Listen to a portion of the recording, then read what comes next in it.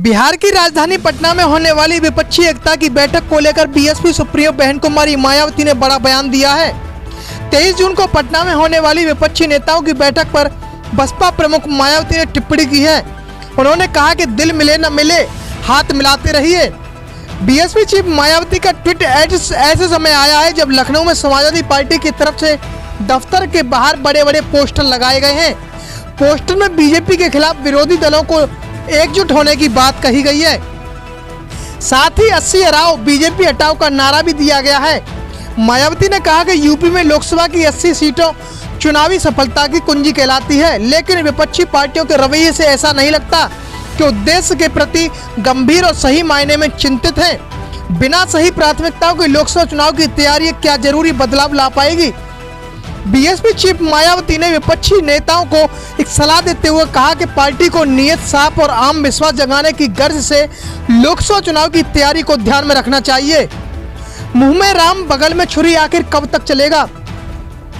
बसपा प्रमुख मायावती ने देश की खराब हालत पर चिंता जताई। उन्होंने कहा कि महंगाई, गरीबी, बेरोजगारी, पिछड़ापन, अशिक्षा, जाति, देश, धार्मिक उन्माद, हिंसा ग्रस्त देश में बाबा साहब अम्बेडकर के मानवतावादी समतामूलक संविधान को सही से लागू करने की क्षमता कांग्रेस, बीजेपी जैसी पार्टियों में नहीं है। दूसरी ओर 23 जून को पटना में होने वाली विपक्षी दलों की बैठक को बड़ा झटका लगा है। राष्ट्रीय लोकदल के अध्यक्ष जयंत चौधरी ने इस बैठक में शामिल होने पर अपनी असमर्थता जाहिर की है। रालोद अध्यक्ष ने इसे लेकर बिहार के मुख्यमंत्री नीतीश कुमार को चिट्ठी लिखी है, जिन्होंने बताया कि वो अपने पूर्व में निर्धारित कार्यक्रमों की वजह से इस बैठक में शामिल नहीं हो पाएंगे। हालांकि इस चिट्ठी के बाद एक बार से फिर से सपा अध्यक्ष अखिलेश यादव के साथ उनकी अनबन को लेकर कयास लगने शुरू हो गए हैं। आरएलडी मुखिया जयंत चौधरी ने नीतीश कुमार को लिखी चिट्ठी में कहा है कि वो पूर्व निर्धारित पारिवारिक कार्यक्रम की वजह से इस बैठक में शामिल नहीं हो पाएंगे। हालांकि वहीं दूसरी तरफ उन्होंने इस बैठक का समर्थन भी दिया है और कहा कि विपक्षी दलों का एकजुट होना समय की मांग है। इसके साथ ही उन्होंने इस बैठक के लिए सीएम नीतीश कुमार को अपनी शुभकामनाएं भी दी हैं। अब सबसे बड़ी बात आपको बता दें, पिछले कुछ दिनों से लगातार जयंत चौधरी के विपक्षी दलों की बैठक में नहीं शामिल होने को लेकर अटकलें तेज चल रही हैं। उनके इस कदम को सपा अध्यक्ष अखिलेश यादव से चल रही अनबन से जोड़कर देखा जा रहा है।